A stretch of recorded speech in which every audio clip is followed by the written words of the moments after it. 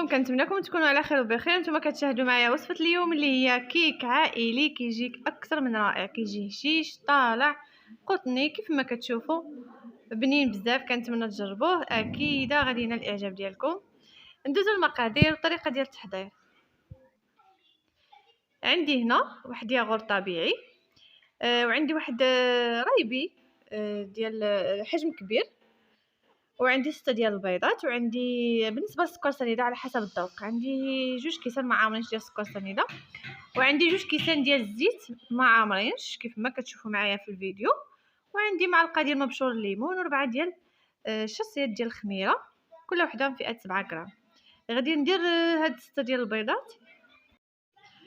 غادي نزيد سكر سنيده. بالنسبه للسكر سنيده كاس اللارب تقريبا، ممكن نضيفو غير كاس ونص. صافي انا زدت نقصت شويه. دائما الحلاوه على حسب الذوق، لان غنزينها بالمربى ديال المشماش. هنا غادي نطحن مزيان هاد البيض والسكر سنيده، وعاد غادي نزيد باقي المكونات. صافي هنا من بعد ما طحنت غير البيض والسكر سنيده مزيان، غادي ندير فواحد الاناء باش غادي نزيد عليهم ياغورت طبيعي. زدت مبشور الليمون كيعطي واحد المذاق زوين. ما درتش ما استعملتش، ممكن تنسمو باش ما بغيتو، ممكن تنسمو بالفاني. وزدت ديك ياغورت طبيعي كيعطيها واحد الهشاشه، كتجي الكيكه قطنيه. وزدت رايبي اللي كيعطيها واحد اللون رائع، واحد المذاق صراحه زوين في الكيك. صافي غنخلط مزيان ديك الياغورت مع رايبي في هاد مع البيض مع السكر سنيده والزيت. نخلط مزيان وصافي. دابا غنبدا نزيد الزيت، عفوا الزيت مازال ما درتوش، عاد غنبدا نضيف شويه بشويه وانا كنخلط. تندخلو مزيان في الخليط. صافي مباشره غادي نبدا نضيف من بعد ما غنزيد كاس اخر ديال الزيت، كاس اللارب.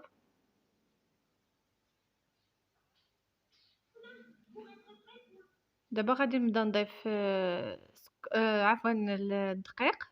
غادي نعبر معكم بالكاس، وغادي نخلي لكم المقادير بالضبط في صندوق الوصف.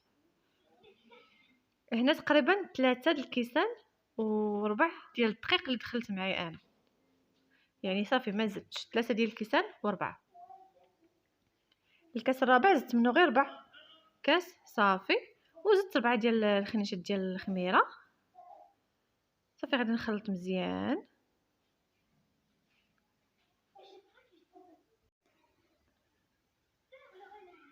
صافي هنا كنزيد خميره،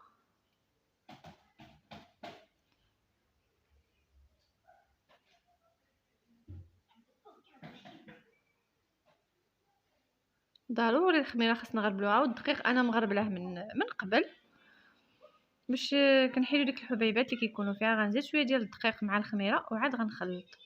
هنا عندي درت انا المقله ديال الحرشه اللي دهنتها بالزبده ورشيتها بالدقيق. صراحه كتجي فيها زوينه الكيكه. هنا غادي نعلي يدي مزيان وغادي نكب باش ديك الهواء يحيد لينا من الكيك ويجينا اسفنجي وخفيف. صافي هنا خليت شويه تقريبا نص كاس هكاك غادي نزيد عليه شويه ديال الكاكاو باش غادي نزين العجين ديال الكيك كيف ما غتشوفوا معايا في الفيديو.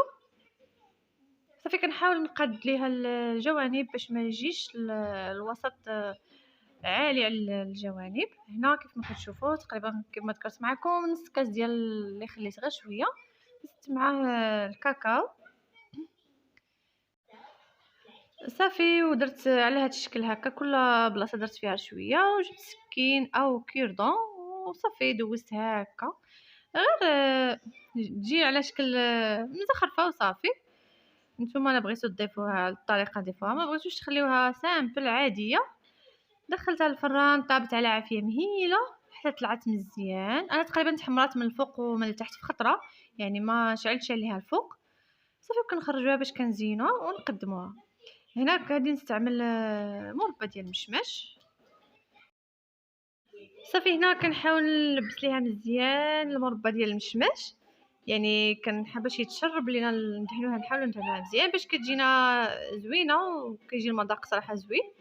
صافي هنايا غادي نرش ليها الكوك اللي هو جوز الهند. من بعد ما حمرته باش كيعطينا واحد المذاق صراحه رائع، كيتواتى مع هاد المربى ديال المشماش. ولكم الاختيار في الطريقه ديال التزيين.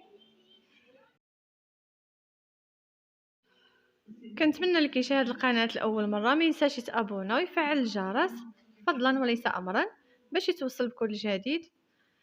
صافي هنا غادي ندوز باش نقدمها معكم كيفاش كتجي، تشوفوها من الداخل كيفاش كتجي.